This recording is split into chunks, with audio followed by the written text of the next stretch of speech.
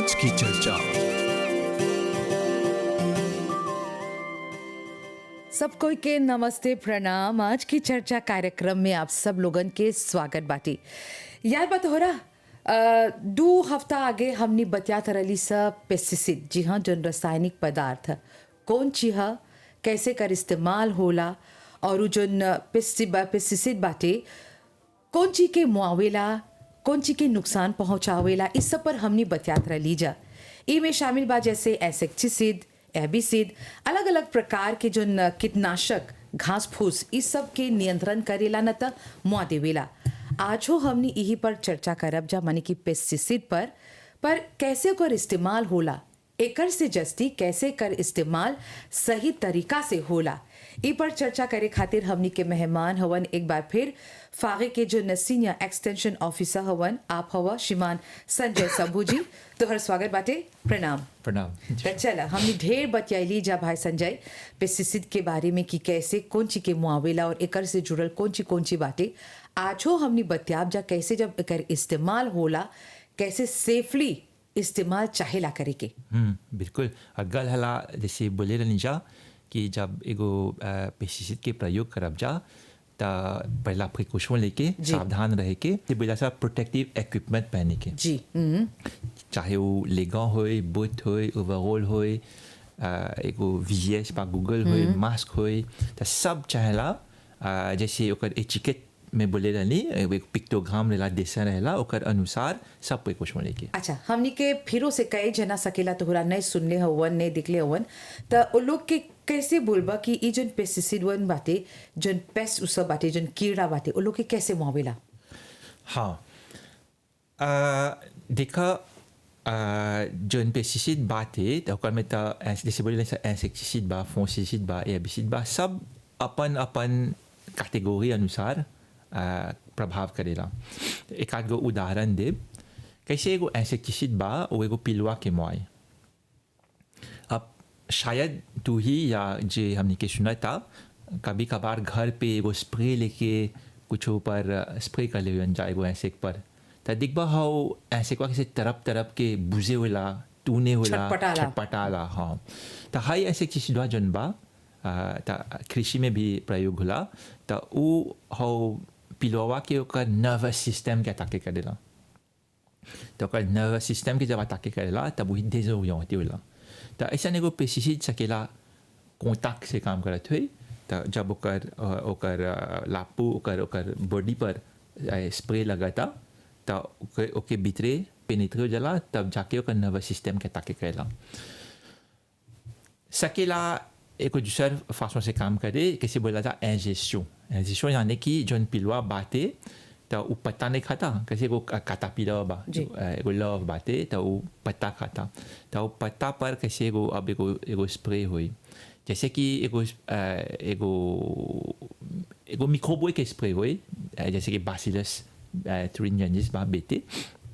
या फिर एगो केमिकल पेस्टिसाइड हुई। तो अब जाके पिलुआ पत्ता खैलक, तो जब पत्ता खैलक तो कुछ होल, जब पत्ता पर हो पेस्टिसाइड रहल तो अब जाके अंदर ओकर शरीर में चल गल, तो जब ओके खाई तब भीतरे से ओके अफेक्ट करी, तब मुआ दे। अब जैसे आप देखा था ऐसा फंगिसाइड, अब फंगिसाइड अनेक प्रकार से काम करेला। एक आध गो फंगिसाइड है वो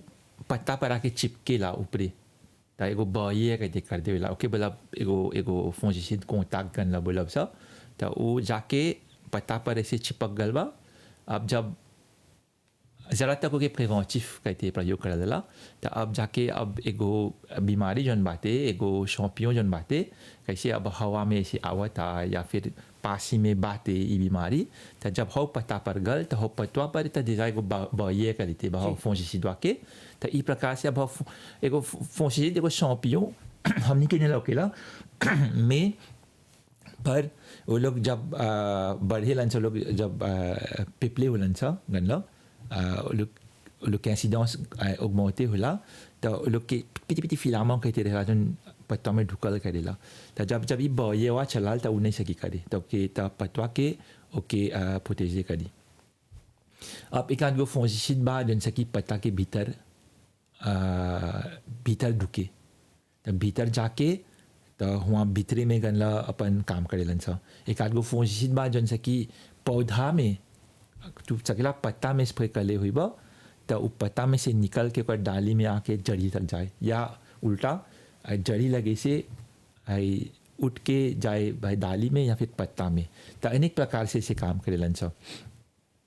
और ऐसे इंसेक्टिसाइड में भी ऐसा ऐसा एक आध गो फौजी है जन पत्ता के पार कर देवेला अच्छा तो पत्ता पर तो डला ना तो जिस पहले पत्ता पर आज चिपक गया तभी को पिलवा के खैलक तो एक आध गो पिलवा रहेला वो पत्ता के नीचे रहेला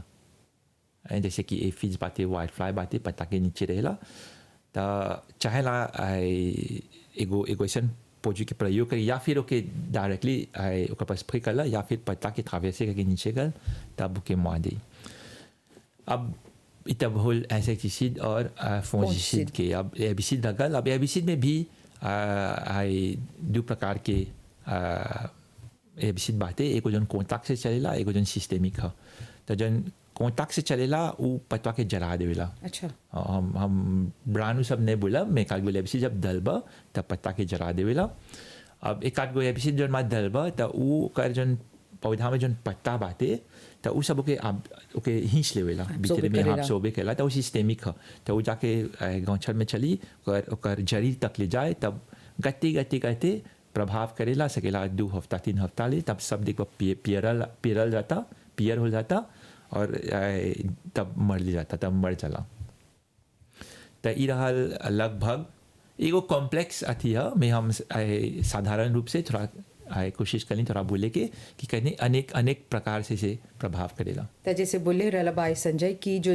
पेस्टिसाइड सब बातें ओकर इस्तेमाल जब लास्ट में जब कुछ नहीं होता जब काम कर दिला दिखत हुआ जो बीमारी बातें जो नैसक बातें जो कीड़ा सब बातें वो लोग नहीं मर जाता सा तब भी ओकर इस्तेमाल होला तब इस्तेमाल तो होला तब अब जब फसल हो के बखत होकर बातें फल हो सब्जी हो वो कैसे होला हाँ तो जितना चीज़ अभी हमने बोला था ऐसा चाहे इंसेक्टिसाइड हो फंजीसाइड हो एबिसिड हो वो चाहे केमिकल हो या चाहे बियो हो सब तो जैसे आगे के जो प्रोग्राम में देखनी जा सब तो जहर है जी सब जहर है तो जहर से चला बच के रहे के तो जोन पेस्टिसाइड के प्रयोग करबा तो हम बोलती हमने के जो गीत आगे कोल बातें गीत आगे कोल 2019 आज जब ओकर में देखे तो ओकर में एगो चीज़ लिखल बा प्री हार्वेस्ट इंटरवल तो ई का बोलल जाला तो आज एगो पेस्टिसाइड के हम प्रयोग करनी स्प्रे करनी तो कितना दिन हमके चाहेला आतान करे के तब ओकर बाद जाके फसल करे के अब कैसे एगो इंसेक्टिसाइड के प्रयोग करनी ओकर में लिखल बा प्री हार्वेस्ट इंटरवल 7 days तो एकर अर्थात होला कि आज हाँ आज दलनी है तो 7 दिन तो हुई दूसरा सोमवार जो ना हुआ था दूसरा लेंदी जो ना हुआ था तो यानी कि तब मंगलवार के हम हार्वेस्ट करब 7 दिन के बाद आज जो में लिखल रही प्री हार्वेस्ट इंटरवल 3 days तो 3 दिन के बाद यानी चौथा दिन पर तब सकब है ओकर फसल करी तो ऐसे ही है तो इंसेक्टिसाइड के रहल फंजीसाइड के भी जब प्रयोग करबा तो में लिखल रहेला कितना दिन चाहेला इंतज़ार करे के अब एबिसिड में तो नहीं रहेला क्योंकि एबिसिड तो बनाल बा सब चीज़ के मुआई के एगो एबिसिड जब डाल दिला तो वो तब पौधा के मुआई खातिर ना तो ओकर में हार्वेस्ट नहीं बाते वो के नहीं चला प्रयोग करे के अब कभी कभार होला कि एक्सीडेंट से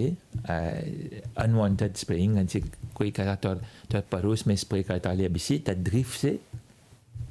तोहर खेत में सकेला चलाए अब देखबा तोहर जन पौधा सब मोराल तो कमें तो एबिसिड लग गल बा तो हम ऐसी स्थिति में हम बोलती हम नई फसल करेगी तो जैसे कि बोले थे वो कर इस्तेमाल तो हुआ था अब जब जो पेस्टिसाइड बातें कब वो होल बातें कि इंसेक्टिसाइड पेस्टिसाइड फंजीसाइड सब कुछ एक ही हला डालल गल बातें कब वो होल आई इंसेक्टिसाइड फंजीसाइड हाँ जानी ला सा कोनो किसान लोग बाजन कोकटेल करेलन सा इको कमोदे नहीं है मैं करेलन सा लेकिन साथ एबिसिड नहीं क्योंकि वो करता इसीलिए हुए नहीं बात कुछ एबिसिड आता मुआई खातिर होने जा तो कीड़ा के मुआई खातिर नहीं रहा तो पौधा के मुआई खातिर नहीं होला लेकिन ऐसे होल बा कि क्योंकि जो नाम डालल गल बा जो पदार्थ बातें फौजी बातें जो नाम डालल बातें एक आध गो नाम इतना ले मिलेला जुलेला कि नहीं बुझला इंसेक्टिसिड ह कि एबिसिड ह और देजा हमर ध्यान में आवता कि देजा होल बा कि एगो किसान के रहल डाले के इंसेक्टिसिड त डाल देले बा एबिसिड क्योंकि नाम गंभीर बातें। हाँ नाम पागई बातें अच्छा। पागई नहीं लेकिन सिमिलर बातें सिमिलर बातें ये खातिर चाहेला निमन से Confusion पढ़े हो के जाता। कंफ्यूजन होला ये खातिर चाहेला निमन से पढ़े के देखे के कौन ची लिखल हाँ बाटे। त हौ जितना पेस्टिसाइड बेचाला ओकर में एगो लेबल साथ में आवेला त जैसे हम बोले कि डाइकोल जो मिजिनेफ तो जाने हमने लिख लें सब मैं जोन बा सब ठीक बात है लेबल पर हमने सकब बोले लेकिन चाहेला ओकरो तक निमन रह के ना क्योंकि कानून चला के आधार पर चले के त लेबल ही पर चाहेला सब इंफॉर्मेशन रह के चाहेला लिखल रह के प्री हार्वेस्ट इंटरवल्स पर 2 days 3 days 4 days को मैं चाहेला लिखल रह के कौन क्रॉप पर कौन सब्जी पर सकल प्रयोग करे हाउ सब्जी पर चला प्रयोग करे सब चाहेला निमन से लिखल रह के स्पष्ट रह के। अच्छा धरला जोन पेस्टिसाइड बातें जे फंगिसाइड बातें न त जोन इंसेक्टिसाइड कुछ डले हुआ अब बोलल गल बातें 7 दिन ले स्प्रे करा जोन हार्वेस्ट टाइम की जोन बातें अब हाउ अंतर्गत में हाउ अंतराल में सकब हम अपन कारो में जाए धला हम डल्ले है हबी पेस्टिसाइड सकब हम जाए हबी कोनो दूसर काम करे। ये निर्भर रही कौन फौजी के प्रयोग हो रहा जैसे प्री हार्वेस्ट इंटरवल बातें तो हर एगो फौजी के ओकर प्री हार्वेस्ट इंटरवल भागे नहीं रहेला एक ही तरह नहीं रहेला एगो के 2 दिन 3 दिन 7 दिन 14 दिन 21 दिन ऐसे सब रहेला ता जोन तू प्रश्न पूछला अब ओकर लेबल में और एगो इंफॉर्मेशन मिलेला ओकर नाम री एंट्री इंटरवल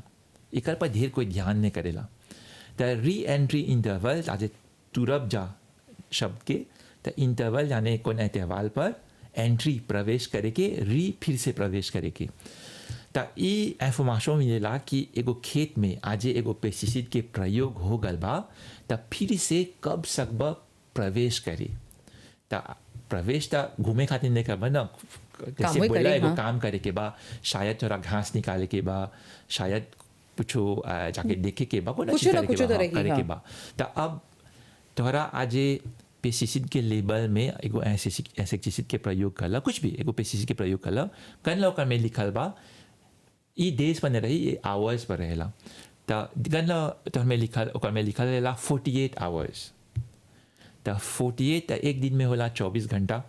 24 आवर्स त आज 48 आवर्स लिखल होई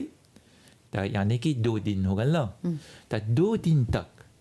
आज है पेस्टिसाइड प्रयोग कर ले हुआ तो 2 दिन तक चला हो खेत में प्रवेश नहीं करे के यानी कि 3वां दिन पर जब आज लिखल रही 24 आवर्स त स्प्रेइंग करला के बाद एक दिन तोरा चला वो खेत में नहीं ढुके के यानी कि दूसरा दिन में ढुकबा यानी कि ई स्वयं खातिर जोन प्रोटेक्शन बातें प्रिकॉशन हमनी अपन खातिर लेवत है क्योंकि सबसे पहला प्रभावित के होई हमनी जे खेती बाड़ी करता जे कम करवा बातें ना इने बाकी तू अब तू खेतीहर हो त स्प्रेइंग हो गल बा तो तू कम करवा के बोला जा काम कर। अच्छा हजा पर एगो चीज आवेला जब जे कोई अपन खेत में वो काम करता वो पेस्टिसाइडवा डलले बा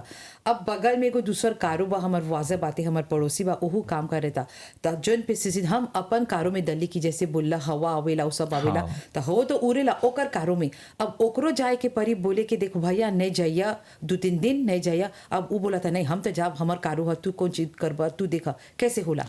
हाये में एगो बहुत अच्छा प्रश्न पूछला ही हाये में चला जैसे बोला सा बो वाजिनाज रहे के ना और हमने रिकमेंड केला सा जब ऐसा नहीं कोई स्थिति में हो तो हर खेत के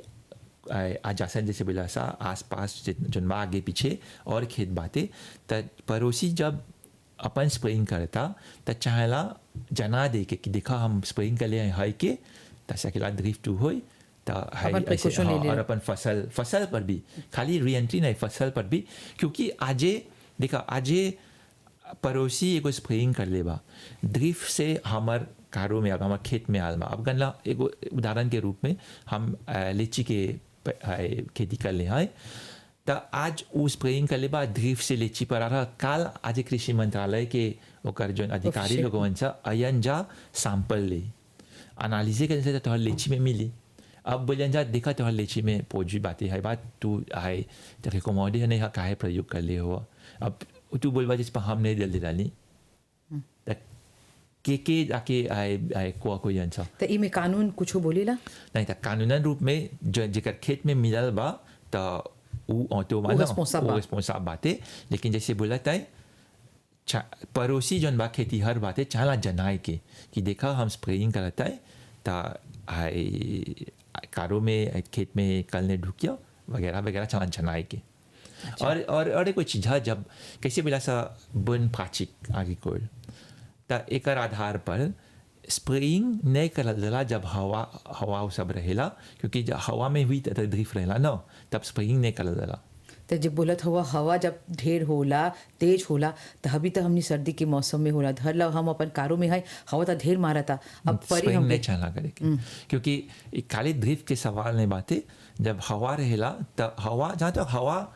बुझाला गए बोला सा साउथ ईस्ट ट्रेड विंड्स बोला सा लेकिन हवा एक के गो डायरेक्शन में नहीं जाला ना एक की ओर नहीं सगरो जाला जाला एक कुछ बुझाला हवा घूम गल बा या कोनो ट्यूबियों वगैरह ऐसे ऐसे कहती होला छोटा मोटा अब तो स्प्रेइंग करता अब हवा गंदा एक बदलाव चला तोहरी पर आके जिन जिन जिन स्प्रे करता तोहरे पर आके लगी तो नहीं छावाते ना तो तोहरे में सबसे पहला तोहरे स्वास्थ्य बिगड़ी तो ई कितना किलोमीटर लिख जाला जब डालत हुआ डिपेंड है जैसे जन लेबिसिड रहेला खासकर एक आध गो लेबिसिड बहुत वोलाटाइल रहलन सा तो सकेला किलोमीटर तक सकेला चल जाए वो कारण जब कबो बुझाला गन्ना के खेत में जब स्प्रेइंग होला तब बुझाला जे कोई के घर लगे चल गल बा तो महकेला तो महकेला तो कौन चौपाफ है ना वो फोजुए तो लगे ले चला वो खातिर महकता तो हुआ ले चल बा आज अब कोनो एगो पौधा वगैरह हुई तो बुझा पत्ता मौराता तो देखा ओकर असर कहाँ ले चल जाला तो शंभू जी अभी हमने बात कर रहा था जा कि कैसे चाहेला इस्तेमाल हो के जब डालत हुआ जो प्री हार्वेस्टिंग टाइम बाटे हार्वेस्ट टाइम होला तो कब चाहेला कारों में जाए कि नहीं जाए कि अब जैसे बोले हुआ एकर इस्तेमाल तो होवा तो जब हुआ था हमने कैसे जो बेस्ट बातें हमने क्या कि जैसे बोला पेस्टिसाइड वो तो मुआई खातिर है अब हमने कैसे ओकर चुनाव करी ला जा जो सबसे जस्ती टॉक्सिक बातें कैसे हाँ ता एकर पर भी एगो भ्रम बा एगो कन्फ्यूजन बा जी। ढेर कोई सोचेला कि अपन जन समस्या बाते चाहे पिलुआ के बा या बीमारी के बा ता चला सबसे टॉक्सिक प्रोडक्ट सबसे लेके best। हाँ तक क्योंकि समस्या से लिपटे के बाद ना लेकिन ऐसे नहीं चलेला नहीं जन सबसे लीस्ट टॉक्सिक बा वो भी अच्छा से काम करेला तो एक में सबसे पहले चला जाने के जैसे आगे के प्रोग्राम में बोला सा चला जाने के समस्या कौन सी बा अगर ना समस्या जान गए नहीं सा एगो पिलुआ बाते तब चला जाने के कि देखा चला अच्छा था पिलुआ बा ना तब कौन पिलुआ हो एगो लीफ ईटिंग कैटरपिलर है एगो एगो लव है कैटरपिलर है या फिर एगो सकिंग इंसेक्ट है जैसे कि फ्रिप्स बाते है या फिर मकड़ा है कौन सी है तो अब जान गए नहीं सब कौन पिलुआ है ऐसे ही बीमारी के भी जब चला जाने की कौन बीमारी है और जब जान गए नहीं सब तब जाके हमने देखब जा कि ई पिलुआ से लिपटे खातिर कैसे करना फ्रिप्स बाते तो ई पिलुआ से लिपटे खातिर कौन कौन अल्टरनेटिव बा कौन कौन फौजी मौसे पर बातें चाहे लीफ कैटरपिलर कुछ हो तो अब गन्ना जब छानबीन करते जा तो देखब जा कि 4-5 गो फौजी बातें जन सकल प्रयोग करेगी तो कैसे बोला जा जब पेस्टिसाइड के प्रयोग करा तब पहला प्रभाव के कर पर करी जे एप्लीकाते बातें खेती हर जे एप्लीकेशन करता ओकर पर करी तो स्वास्थ्य बिगड़ी ना तब कंसुमाते नवयुगनमा वगैरह वगैरह तो ये सब चीज़ के देख के तोरा हमेशा चाहला जन फौजी सबसे लीस्ट टॉक्सिक है लीस्ट टॉक्सिक के मतलब नहीं है कि वो काम नहीं कम असर करी हाँ वो कम असर नहीं लीस्ट टॉक्सिक के मतलब सिर्फ ये है कि ऐसा नहीं को फौजी प्रयोग करला से पर्यावरण पर तोहर पर ह्यूमन तोहर पर कना कमती असर रही तो ई प्रकार से आज एगो फौजी सीमिक बातें तो ओके जाके चुनब जन जन आज सका बोले तगन फौजी सीमिक में देखबा 3 गो आपे पे तीन गो कैटेगरी में गिरेला एगो class N WHO class 1 class 2 class 3 तो क्लास 1 जन रहेला उस सबसे जहरीला है सबसे टॉक्सिक है ओकर जब लेबल देखबा तो ओकर बोजिया जन रहेला वो लाल रंग के रहेला। क्लॉस 2 जन रहेला वो गनला वो भी जहरीला है लेकिन वो रेड वन सबसे टॉक्सिक से ओकर से तनिक कमती। ओकर तुलना से तनिक कमती है तो वो ऑरेंज ओकर बोझे में वो बॉन ऑरेंज रहेला। और आई क्लॉस फ्री जन बाते WHO क्लॉस फ्री जन फौजी बाते तो ओकर एगो बॉन ब्लू रहेला एगो क्लियर ब्लू रहेला 2 तो खाली ऐसे विजुअली ऐसे देखबा तो तोरा जना जाए दिखा बहुत टॉक्सिक है मात्रा में कम टॉक्सिक या ओकर से कम टॉक्सिक तो एक से ब्लू बैंड होला सकब जा चूज करे। अब जैसे बनी जहाँ देखे कौन स्वाब आते ना अब सकेला जन जन पेस्टिसाइड डिस्पोनिबल बा ओकर में बियो पेस्टिसाइड भी सके रहे कैसे काटापिला के सकब सा बीटी के प्रयोग त करे। जन बियो पेस्टिसाइड बा उहु टॉक्सिक बाटे। हाँ ओहो हाँ ओकर नाम में जुड़ल माना पेस्टिसाइड त यानी कि जहर त है ही लेकिन तुलना करबा एगो केमिकल इंसेक्टिसाइड से त गनला ओकर ओकर ओकर कमती टॉक्सिक बाटे लेकिन एकर मतलब नहीं है कि उद्देगा नहीं करेला। कैसे एगो एगो बियोपेस्टिसाइड बा ओकर में ओकर माचाक से स्पिनोसाइड पर आधार है बियो है लेकिन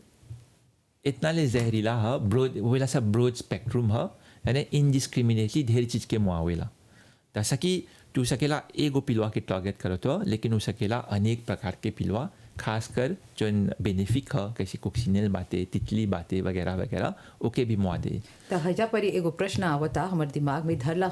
हमके चाहेला एगो पेस्टिसाइड हम गईली किने एगो पेस्टिसाइड हम नहीं जानत है कौन लीस्ट टॉक्सिक बा कौन सबसे जस्ती टॉक्सिक बा लाल नीला कौन कुले होई हम नहीं जानत है। अब जन बेचे होला वो बा ओकर देवा ह बतिया बोले के देखा है किनत हुआ एकर लिचलिते कैसे चाहेला करे के धरला उ आदमीवा नहीं जानता ओकर देवा ह बतियाए के बोले के आज आज वही नहीं जाना था हाँ। तो सवाल ये रही पेमी कैसे मिलल बेचे के। हाँ हाँ तो नहीं आज पेमी मिलल हुई बेचे के तो ऑटोरिटी लोग तो देख ले हुए ना ओकर कॉम्पिटेंस वगैरह वगैरह। अब गनला एगो स्थिति होल एक जना गल खरीदारी करे तो एगो किसान गल खरीदारी करे तो अब सच्चे के नहीं जाना था तो अब ओकर रिस्पॉन्सिबिलिटी कहाँ पड़ी बा रिटेल आउटलेट के तो ओकर रिस्पॉन्सिबिलिटी बा उसकी जे हो पेस्टिसाइड के सप्लाई कर ले बा पसी हो इम्पोर्ट आते बा कि पेएमई मिल रहा आने के ना पेएमई कौन आधार पर मिल रहा ढेर डॉक्यूमेंटेशन में दिले बा कौन ची खातिन कौन ची मारे खातिन कौन पिलवा के मुआए खातिन ओकर पेएमई मांगता कैसे ओकर प्रयोग हुआ है कौन लोजमा में रही सब इम्पोर्ट आते संगे बा। और जब इम्पोर्ट आते हैं रिटेल आउटलेट में सप्लाई के सब पहुँची तो ओके चाहेला जितना टेक्निकल डेटा रहेला ओकर कैसे बोलन सा मटेरियल सेफ्टी डाटा शीट वगैरह सब चाहेला दे के हुआ पड़ी। हाँ तो आज नहीं जानत हुई या भुला गल हुई तो ओके चाहेला इम्पोर्ट आते के सुने करके पूछे कि या फिर हमनी ऐसा फागे के सकी बोले हमने के फ़ोन करी बोली तो हम लगे एगो किसान आलबा ओकर है समस्या बातें लिपटे खातिर तो कुंची एगो को मौदे करब जा तैसा कब्जा बोली मतलब कि जैसे बोले तो चाहेला हर कोई के अपन रिस्पॉन्सिबिलिटी अपन जोन बातें वो चाहेला लेवे के। हम बोलती किसान के जितना खेती हराम के सुनाता वो लोग के डायरेक्ट नहीं जाए के रिटेल आउटलेट में खरीदारी करे सबसे पहला फागे को ब्रांच में जाइए हुआ पर ही अपन ओकर तोहर समस्या के तुलना हुई तब ऑफिसवा तोहरा बोली। अच्छा हमने बात कर रहे थे जब आज शंभू जब पेस्टिसाइड के इस्तेमाल होला हमने देखी लाजा खाली कारों में बड़का मात्रा में नहीं होला। अब कई जना अपन जो बैकयार्ड गार्डनिंग करेलन जा रूफ गार्डनिंग आजकल हमने देखा थे जा काफ़ी चर्चा में बाटे तो हवो परी तो पेस्टिसाइड के इस्तेमाल होला सकेला होला कम होला कमती होला ढेर होला मिसमा इस्तेमाल होला तो उ लोग कैसे करेलन जा और उ लोग खातिर कौन चीज़ चाहेला इस्तेमाल करे कि काहे कि घर जब सेक्शन रेजिडेंशियल में हमने रहे था ऐसा तो हमने चाहेला देखे कि पड़ोसी बा हैजा सकेला एगो अस्तबल बाटे तो कैसे होला। अच्छा देखा जे भी रेजिडेंशियल में बा जो रेजिडेंशियल में बा घर पे यानी कि घर पे बैकयार्ड में जैसे बोला आंगन में या फिर रूफ गार्डनिंग वगैरह में वो लोग की एगो समस्या बा आज तू सोचा तो कि तोहर समस्या खातिर चला वो पेस्टिसाइड के प्रयोग करे के तो हम तोरा बोलब खेती बाड़ी छोड़ दो काहे बोलता है आज तू अपन आंगन में तनी सुन खेती बाड़ी करत हो तोरा पेस्टिसाइड डाले के बा तब तोहर आंगन में खेती बाड़ी करे के कौन लाभ बाटे, जा बाजार में खरीद द। आज अपन आंगन में तू खेती बाड़ी करत हो त तोहर अपन स्वास्थ्य खातिर, अपन परिवार के स्वास्थ्य खातिर, तोहर परिवार के ओकर सिक्योरिटी आलिमेंटे खातिर, किसी सिक्योरिटी न्यूट्रिशनल खातिर तोहर लामोताज में रहत तू ऐसा एगो एक्टिविटी करता, ऐसा एगो खेती बाड़ी करबा जोन में रासायनिक पदार्थ के प्रयोग नहीं करबा। तब ना जाके जनबा आखिर में कि देखा जोन हम आई खेती कर लें घर पे ओकर में रासायनिक पदार्थ नहीं बा, ओकर स्वाद ऐसे बातें जोन बाजार में खरीदते हैं ओकर स्वाद और दूसरा कहते बातें, तब ना जाके जनबा। तो ऐसा में हम बोलती कि जोन लोग घर पे करते हैं जा तोहरा चाहला प्रयोग नहीं करे के एक रासायनिक पदार्थ के, तो लोग कौन चीज इस्तेमाल करियन सर? दे अनेक प्रकार के चीज बा जेको प्रॉब्लम बा, कैसे मुजफ्फी के प्रॉब्लम बा, लाथाप बातें लाथाप के प्रयोग चला करे के कृषि मंत्रालय के जोन विभाग बातें ऑटोमोलॉजी डिवीजन ऑटोमोलॉजी लोग लाथाप मुफ्त में देवेलन सा ब्लॉक मात ब्लॉक जोन बा देवेलन सा सोल्यूशन देवेलन सा वगैरह वगैरह, सब्जी हाँ, के फल के हाँ। तो सब्जी में सब्जी के भी और सोल्यूशन का प्रयोग करे। तो और भी मार्केट में अनेक प्रकार के दूसरा कहते लाथाप बातें कैसे येलो स्टिकी थाप, ब्लू स्टिकी थाप, फेरोमोन बातें वगैरह वगैरह, और इहू से आज काम नहीं चली। तो आई नहीं भूलिया कि बियोपेस्टिसाइड भी बातें, अब बियोपेस्टिसाइड जैसे बोलने का बियोपेस्टिसाइड तो ब्रॉड स्पेक्ट्रम से नहीं चाह मैं एक गो बियोपेस्टिसाइड बातें जो सब बचा प्रयोग करे। तो ये फागे के और रह जा हमने सकब सा थोड़ा जस्ती खुलासा दे कर में। और एक चीज़ बातें कि घर पे जब खेती बाड़ी कर बजा तो तोहरा एक को कैसे बोला सा प्रेशर ने बात तोहर पर कि जाके वो मोनोकिल्चिया करबा कि कैसे तोहर कन्या छोटा सुन टुकड़ा ज़मीन बातें तो ओकर पर खाली जाइबा एक चीज़ रुपये तो हाई ने छाला करे के हाउ टुकड़ा ज़मीन पर अनेक प्रकार की चीज़ जितना टुकड़ा तोहरा सकबा उतना डाल दिया, उतना जीवीएसटी डाल दिया, देखबा एक को ही समस्या तोहरा नहीं हुई। बहुत बहुत धन्यवाद ये सब जानकारी जो देवत हो। हमने आशा करत है जा जितना जना अभी निमन से सुनत हवन जा जो खेती बाड़ी वो सब करत हवन जा वो लोग के ये सब बतवन दिमाग में निमन से घुसता और निमन तरीके से जो पेस्टिसाइड बातें कर इस्तेमाल करत हवन जा। और देखला कैसे हमरे ढेर कोई आके भेंट केला बिला जी उदाहरण के रूप में देवता है आवलन से हमके भेंट करे बिलंचा हमारे लगे एगो नींबू के पेड़ बा, नींबू के गौची बा, तो ओकर में थोड़ा वाइट फ्लाई बा या फिर पत्ता में कड़िया कड़िया होता कुछ चला करे के कोई से पूछा हम हमेशा लोग के बोला से हम कुछ नहीं छाला करे कि तो लगे एगो वॉशिंग मशीन जो वॉशिंग मशीन नहीं स्प्रे रहेला नहीं डिश नहीं जैसे बोला सा कौशा जैसे बोला सा कौशा तो बात है तो लगे बोला सा हाँ हमने भैया हाँ हर महीना खाली एक तो में मार दिया तो जो वाईफाई बाग गिर जाए जो कड़िया रहेला वो सूटी मोल वो भी निकल रहा है। तब बोला सा देखा तब हाई करब तब फिर से आए तब बोला जब पेस्टिसाइड के प्रयोग कर फिर से नहीं आए तो पड़ोसी लगे हुए तब समस्या बात है तो पड़ोसी लगे से आए तो कौन चीज उलझैला खैला में खाली पानी डालला समस्या के समाधान हो गल तोहर नींबू में पेस्टिसाइड कुछ नहीं रही जी कौन जैसी अच्छा बात है जी। तब भाई शंभू हमने के बतावा अभी बोलत हुआ जैसे लिक्विड एग्रीकल्चर बातें हो जा परी बोलल जला कौन सब्जी कौन फल में कौन पेस्टिसाइड इंसेक्टिसाइड सब के इस्तेमाल होला तो एक अलावा कहूँ और बातें जब पेस्टिसाइड के खोज करत हुआ जाने के कि एक बारे में ट्रेनिंग कुछ हो बातें कैसे हाँ एक तक गिदा को मिल जीजा सब्जी के हक है ओकर में फुई ने है जैसे फल अच्छा। ने है फल खाते न कर अलग अलग के दूसरे प्रकार के पब्लिकेशन हो तो एक अलावा गिदा को मिल जीजा के अलावा एक आध गो और चीज़ का लाई करी एगो तो हमने के जो दफ्तर बा 16 दफ्तर बा क्रॉप एक्सटेंशन के टापू में तो सक बजा कोनो एगो दफ्तर में जाके वहाँ पर ज़्यादा जानकारी प्राप्त करे। फिर बा हमने के ट्रेनिंग हमने को ट्रेनिंग दिला सा ट्रेनिंग के नाम है यूज़ ऑफ पेस्टिसाइड्स ओकर में जितना प्रिकॉशन लेके बा कैसे हो पेस्टिसाइड्स के लेबल के चला इंटरप्रेट करे के कहाँ कहाँ वगैरह वगैरह जानकारी मिली कैसे चला बच्चे के वगैरह वगैरह कैसे चला पेस्टिसाइड की तैयारी करे के सब चीज़ हो ट्रेनिंग में तोरा सब जानकारी मिली। और फिर बा जन आई लेबल बातें पेस्टिसाइड के लेबल वो तो कानूनन दौर पर रहेला तो ओकर में भी चाहेला ये सब इंफॉर्मेशन रहे के ताकि जे भी प्रयोग करे के बा प्रयोग करे के रही पेस्टिसाइड के तो ओकर में सके अनुसार देखी एगो चीज बोल देला और क्योंकि पेस्टिसाइड के बात करते हैं सा ता जन कानून बाते यूज ऑफ पेस्टिसाइड्स एक्ट 2018 के वो स्पष्ट रूप में बोलेला कि जितना कोई के भी पेस्टिसाइड के प्रयोग करे के बा वो लोग के ओब्लिगाटोरमा चाहला हो ट्रेनिंग सर्टिफिकेट रहे के यूज ऑफ पेस्टिसाइड्स के वरना कानूनन तौर पे एगो ऑफेंस करत हो ता है सब चाहला जाने के जब एगो एगो देखा हमने कार्यक्रम में देते थे चिन्ह सकेला सब बोले मैं जब बोले सा ड्रिफ्ट तो जैसे बोलेला जब महकेला तो कैसे महकेला वो परफेक्ट है वो प्रोड्यूए में आवता तो हम जब सुंबत जब महकवा आवेला हयो से तब बीमार हो हाँ ता क्योंकि हम जन महकत वो मोलिक्यूल है ओकर वो एगो परफेक्ट से पागे नहीं है तू यानी कि आज लेबिसिन दलाबा तू महकत हो तो यानी कि वो लेबिसिन के तू लेवत हो दिखला ता अब ऐसे ही तब कोई स्प्रेइंग करे के रहे के ता पास में स्कूल बा पास में एगो घर बाते घर में बच्चा रही या बड़ा आदमी रही सब कोई के नुकसान में पहुंचाए सब कोई असुविधा हुई तो इस सब चला देखे के और चचा बोलन एगो चीज कि चला जाने के कितना खेत में गंदा पानी के प्रयोग हो ओके बिला सा काली बाश हो तो यानी कि एगो फौजी कैसे जानिला सा साधारण रूप में बताए है कि जानिला सा ओकर डोजाज NML पॉलिट अब एगो चीज बात हमने गिने चला DML 3ml 0.5 ml डाले के पॉलिट चला NML पॉलिट डाले के तो चला ठीक से चला न ओकर सही मात्रा में ओकर मेजर करे के नापे के तब चला प्रयोग करे के अब एगो खेत में गनला स्प्रेइंग करे के बा ओकर में गनला 100 लीटर जाए पानी 100 लीटर जाए अब तू लेके तैयारी करबा 200 लीटर के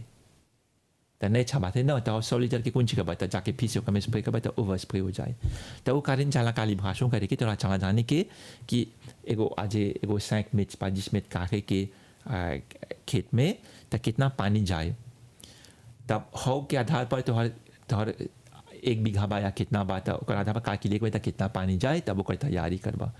अब एगो खेत में गला टमाटर बाते टमाटर छोटा पौधा बाते अब एगो अब खेत 1-2 महीना के बाद टमाटर तब बढ़ गल अब बड़ा बा तो ओकर स्प्रेइंग पागे नहीं रही पानी के मांग जो रही पागे नहीं रही चला काली भूई करे के चला जाने के कितना पानी लगी ओकर अनुसार तोहर तैयारी करे के ता कोनो डिफरेंस बाते जोन क्रॉप्स बाते जोन पेस्टिसाइड बियो पेस्टिसाइड ना तो जो नेचुरल वंस की इस्तेमाल करत हुआ कोनो डिफरेंस बाते कौन ची पर जो क्रॉप्स हम बोलत है जो जब ओकर में जो पेस्टिसाइड ना तो बियो पेस्टिसाइड ना तो कैसे तो पहला जैसे बोले जाता जब पेस्टिसाइड के जब जैसे हमने उदाहरण ले लिया तो कौन पिलुआ बातें चला जाने की कौन बीमारी बातें चला जाने की तब चला चुने के ना लेकिन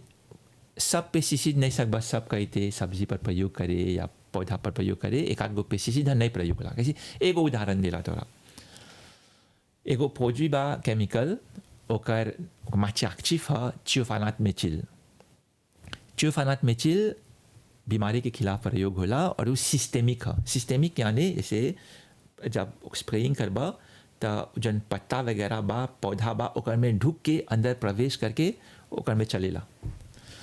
तो जितना पौधा सिस्टेमिक रहेला वो जस्ती लेता लेवेला जैसे समय लेवेला ओकर प्री हार्वेस्ट इंटरवल जैसे लंबा रहेला क्योंकि वो तो पौधा में प्रवेश कर देले बा ना अब एगो लीची लेबा एगो लीची जब सेमे कर ले हुआ प्लाटू वगैरह में तब जब ट्रांसप्लांटे करबा मिनिमम 22 दिन में सकबा ओकर रिकल्ट कर दे 30 दिन में चाहेला रिकल्ट होई के नहीं तो ओकर बाद लीची के ओकर जन बिगड़े लगेला तो थियोफानाट मेथिल के ओकर रेमानोस ओकर प्री हार्वेस्ट इंटरवल इतना लंबा है तो आज तो लीची में एगो समस्या आल गना 20 दिन के बाद अब जाके ओकर में डलबा तो तोरा 25 दिन में रिकल्टी करे के बाद तब 20 दिन पर डला 5 दिन लगल बा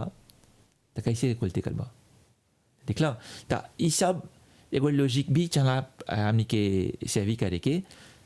आतान ने करिया कि एगो इंस्टीट्यूशन तोरा बोली देखा हाई एगो प्रोडक्ट सिस्टेमिक है वो खातिर रिकमेंडेड नहीं होता आज हमने एगो प्रोडक्ट एगो लेगिम पर नहीं रिकमेंड करता है सर तो हमने के तछाला कोनो ना कोनो एगो गंभीर कारण चला रहे कि ना वो खातिर हमने को प्लेजिया मतलब प्लेजिया ने बोला चला हाई दलिया ऐसे नहीं कहला सा ना तो जानी ला जा आज ऐसा नहीं को पेस्टिसाइड के बोलब जा डाले के ऐसा एगो फौजी पर जन ओकर लाइफ साइकिल छोटा है तब प्रॉब्लम हुई अब खाली है नहीं बातें लीची के तू पकावेला नहीं ओके जैसे बोला रो प्रयोग होला खाला कंचा सलाद के रूप में ऐसे ही अनेक प्रकार के ऐसा चीज़ बात कौजिमा कैसे सेलेरी बातें पेयसी बातें वो तो लाव से तुर के डाला पकवान में तो जितना चीज़ रो खाएला जा ओकर में चला हमने के ज़्यादा सावधान रह के अच्छा जन पकेला भी क्योंकि एक रिसर्च बतावेला आजकल कि ओकर लापो छिल्ला ओकर धोइला लापो छिल्ला तब लेके पकेला तब भी 50% पेस्टिसाइड रहेला तो अभी आजकल हमने ढेर बायो प्रोडक्ट्स पर बतियात है जा त कोनो इंसेंटिव बाटे सरकार दने से फागे दने से जमी जोन खेतीहार हो जा न तो कोई भी जोन खेती बाड़ी सब करत हवन जा ये सब जोन बायो प्रोडक्ट्स उस सब के फायदा उठाइयन जा हाँ फागे लगे नहीं डायरेक्टली नहीं लेकिन एगो दूसर ऑर्गेनाइजेशन बाटे ओकर नाम है स्मॉल फार्मर वेलफेयर फंड ओकर लगे एगो स्कीम बाटे ओकर नाम है बायो सब्सिडी सपोर्ट हाँ बायो सब्सिडी सपोर्ट स्कीम नहीं बायो सब्सिडी प्रमोशन स्कीम माफ़ कीजिए और नाम ठीक से याद ना होता लेकिन बायो सब्सिडी पर एगो स्कीम बाटे जहाँ पर तू सकबा बायो पदार्थ जन बाटे बियो बा ओकर खरीदारी करे और ओकर पर तोरा एगो सब्सिडी मिलेला आगे जन एलिजिबिलिटी क्राइटेरिया रहल तो ई स्कीम से लाभ उठाए खातिर तोरा चाह या एगो बायो फार्मर रहे के या तो फिर इडोपोनिक रहे के या तो फिर मोरिगाप के कोई सर्टिफिकेशन रहे के हाई 3 गो चीज़ खाली खरीदते हैं लेकिन हमने देखा था जा कि कैसे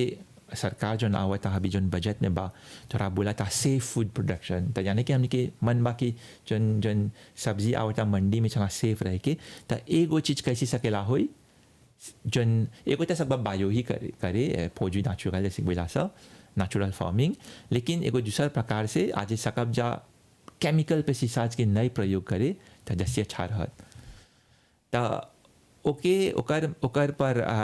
ई अमल पर रखते हुए तो हाल ही में एगो बैठक रहल जहाँ पर हम ही रहनी तो एगो प्रोपोजिशन करनी जा कि जन है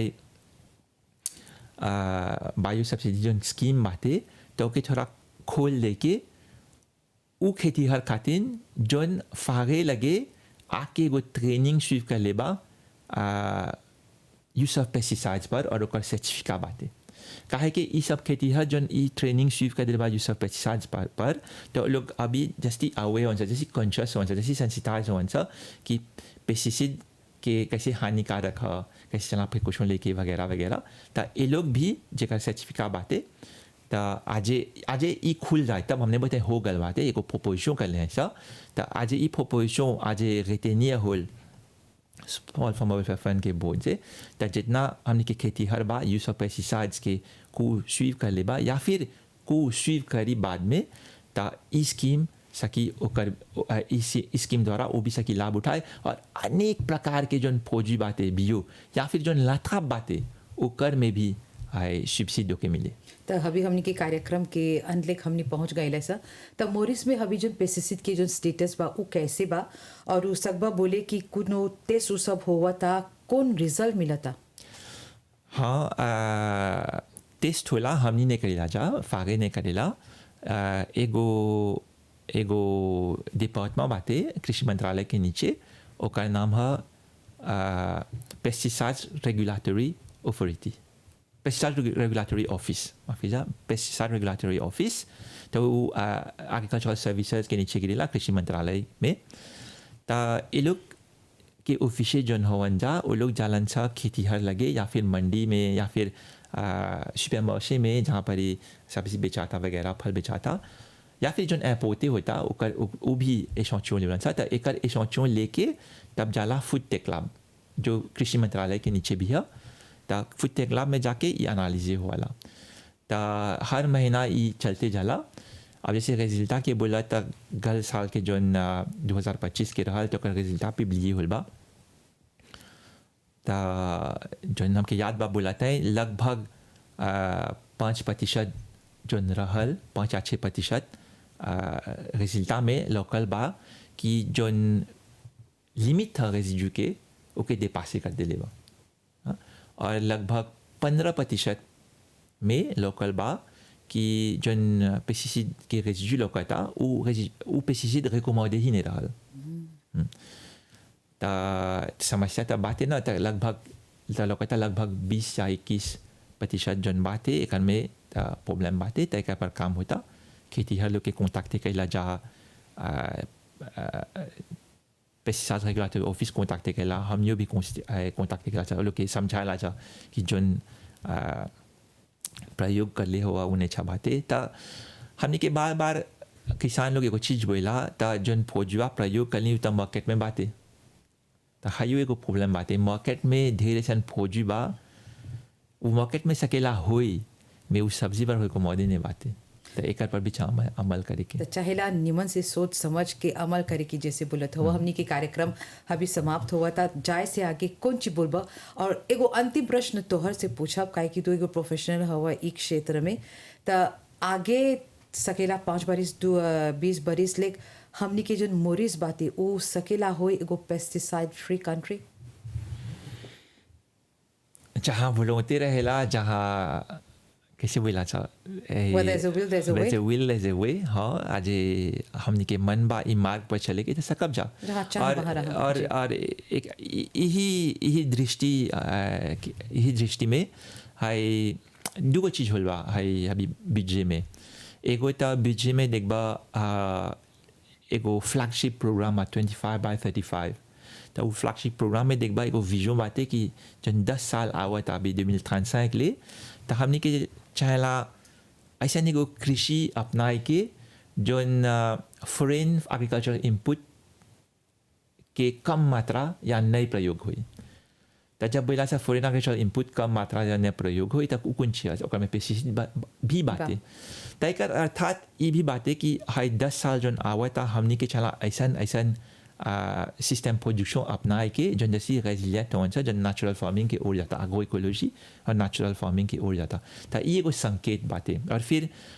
जो फाइनेंस बिल जो प्रोपोजल पास ओके था वैसे कराए के पार्लियामेंट में तो ओकर में देखबा पहला हला मॉरिशस में एगो अच्छा चीज बा फूड सिक्योरिटी पर एगो डेफिनेशन अनले हो जा जोन में फागे ही ओकर पर दस्ती रिस्पॉन्सिबिलिटी मिलता काम करे के और जोन चीज इंटरेस्टिंग बात है वो फूड सिक्योरिटी में